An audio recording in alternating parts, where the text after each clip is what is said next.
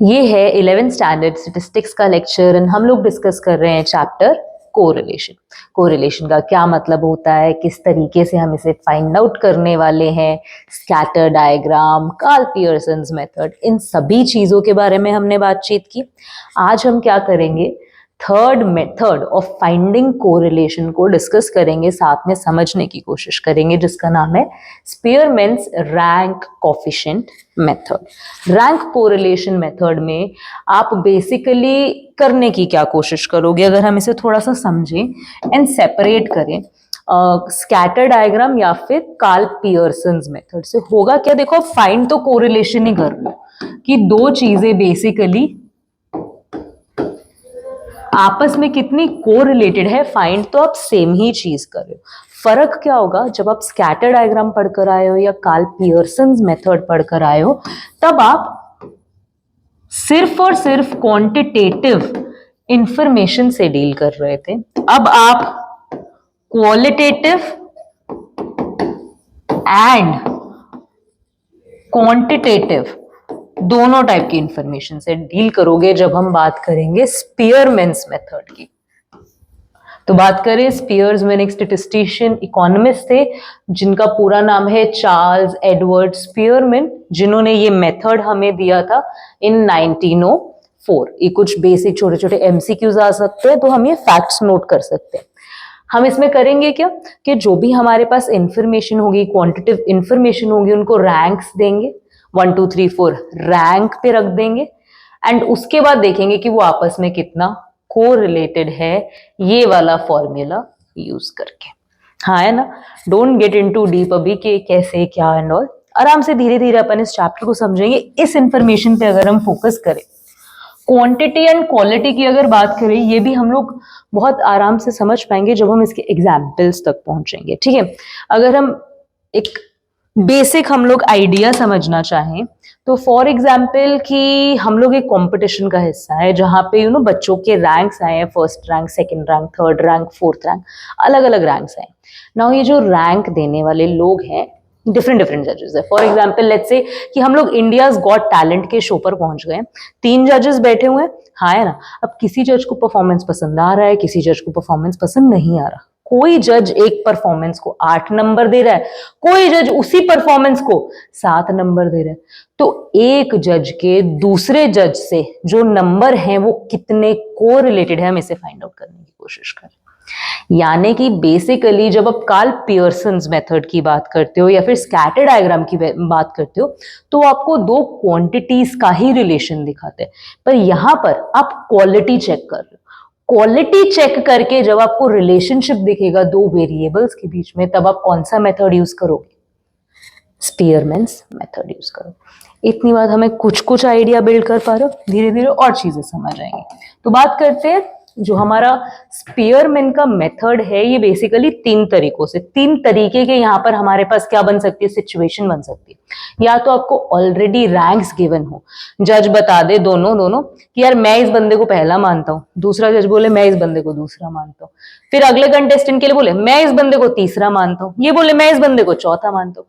या तो इस तरीके से रैंक्स डिफाइन कर दिए जाए पहले ही, या फिर क्या हो सकता है, when ranks are not given आएगा, यहाँ पे इसे करेक्ट कर लेंगे, when ranks are given, when ranks are not given. एक ये सिचुएशन बनेगा जब जजेस बोले इसको 8 नंबर दे रहे हैं, इसको 10 नंबर दे रहे हैं, इसको 15 नंबर दे रहे हैं, इसको 22 नंबर दे रहे हैं। रैंक नहीं पता भी, पहला किसका है, दूसरा किसका है, तीसरा किसका है, चौथा किसका, ये नहीं पता, नंबर बता दी।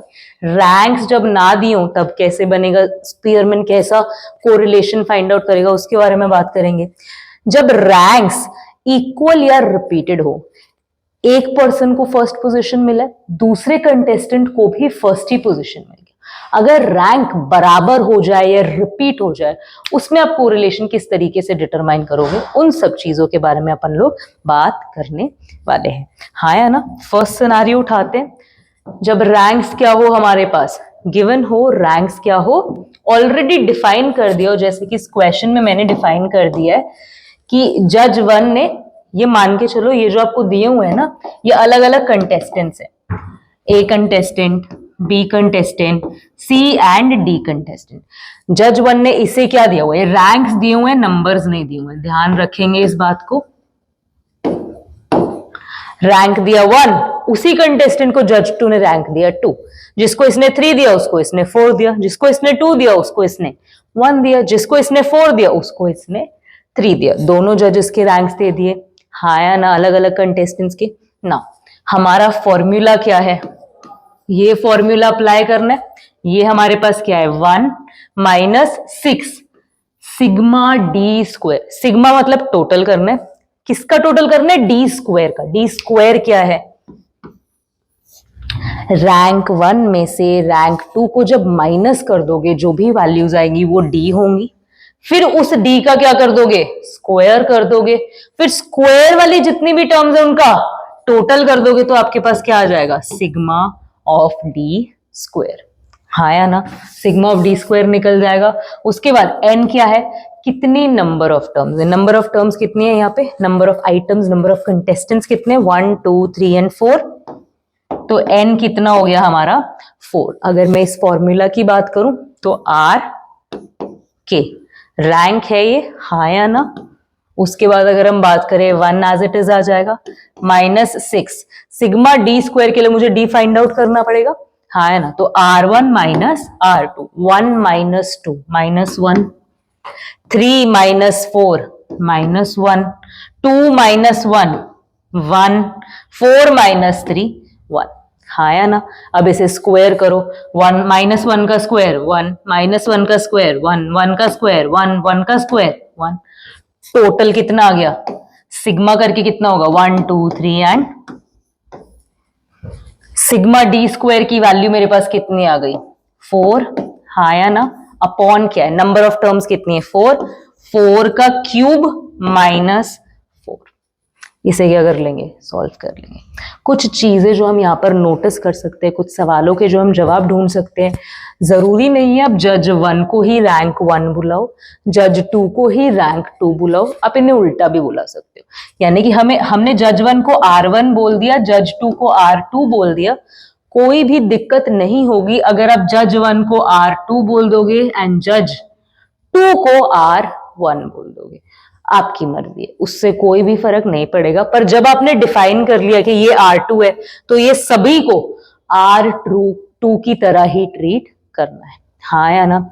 और हम यहाँ पर क्या बात कर सकते हैं कि रैंक्स आप लोग अपनी मर्जी से दे सकते हो, रैंक्स तो सॉरी ऑलरेडी गिवन है, R1 कौन सा रखना है, R2 कौन सा रखना है, वो आप अपनी मर्जी से डिसाइड कर सकते हो। नेगेटिव के जो हमारे पास यहाँ पर साइंस आ रहे हैं उनको हटाने की जरूरत नहीं है, क्योंकि जब आप चीजों को स्क्वायर करोगे तो नेगेटिव का साइन ऑलरेडी ही गायब हो जाएगा।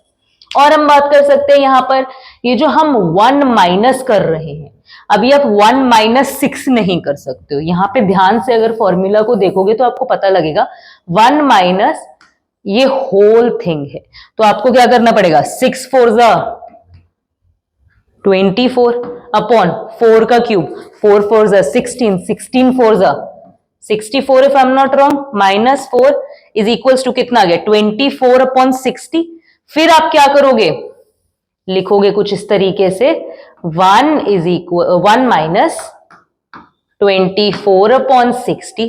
अब भी आप 1 और 24 को माइनस नहीं कर सकते हो, या तो इसे क्या करो पहले डिवाइड करो, या फिर एलसीएम 60 को ऊपर नीचे मल्टीप्लाई करो, ऐसे बनाओ 60 अपॉन 60 माइनस 24 अपॉन 60, तभी या तो आपका जवाब आएगा। या फिर आप क्या कर सकते हो, सिंपली 24 60 डिवाइड कर दो, जो भी आपका पॉइंट में आंसर आएगा उसमें 1 को क्या कर दो, माइनस कर दो। मान लो आपका आंसर कितना आ गया, मान लो आपका 1 माइनस 0.3 आ गया, हाँ है ना।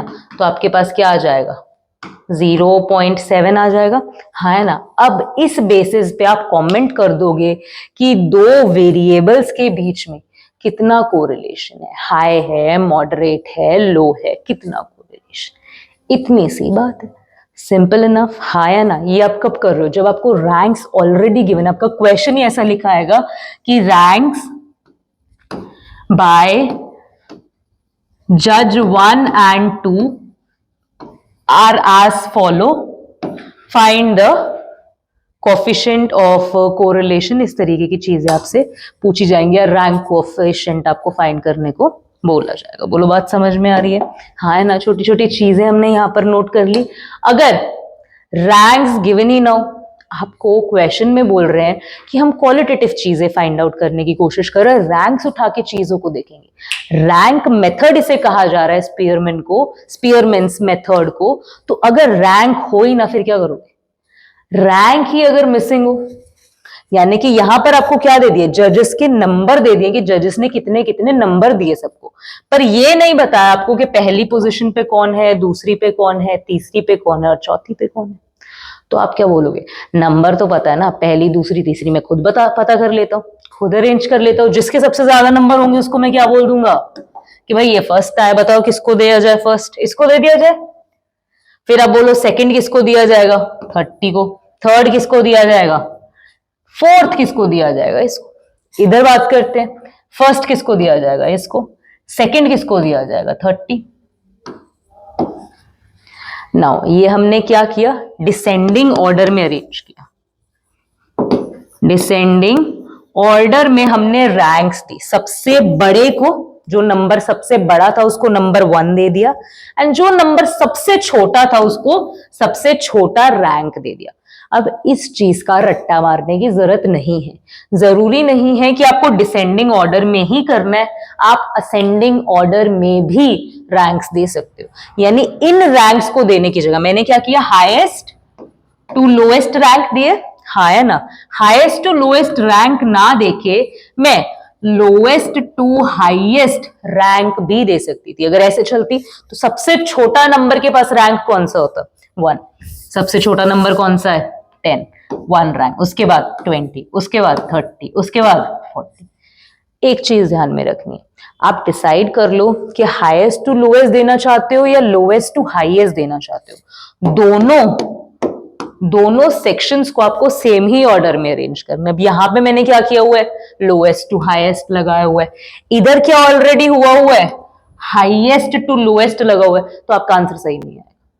आपको क्या करना है? दोनों को एक ही तरीके से लगाना है। लोएस्ट टू हाईएस्ट लगाया, यहां भी लोएस्ट टू हाईएस्ट लगाओ। 1, 2, 3 and 4 रैंक्स आ गए आपके पास। हाँ है ना, डी फाइंड हो जाएगा। डी क्या होता है? R1 minus R2।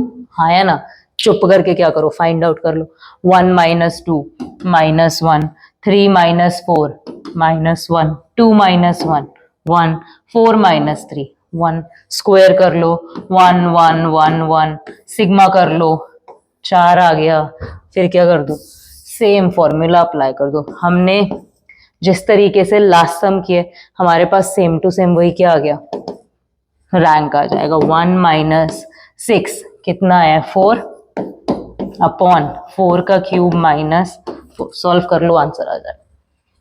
दोनों मेथड समझ आए कि नहीं आए? कुछ कॉम्प्लेक्स लगाना तो सिर्फ सिंपल बात क्या है कि ये वाला फॉर्मूला लगेगा, हो और तो कुछ भी नहीं हो रहा। रैंक्स गिवन है तो सीधा उठा लो, R1 R2 निकालो, डी को फाइंड आउट करो, सीधा आ जाएगा।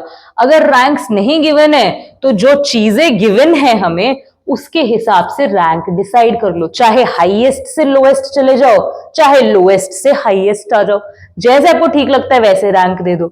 उसके बाद अगेन R1 R2 आ गया तो डी फाइंड कर लो, डी स्क्वायर फाइंड कर लो, फॉर्मूला में पुट कर लो। बोलोगे इसको बात समझ में आ रही है?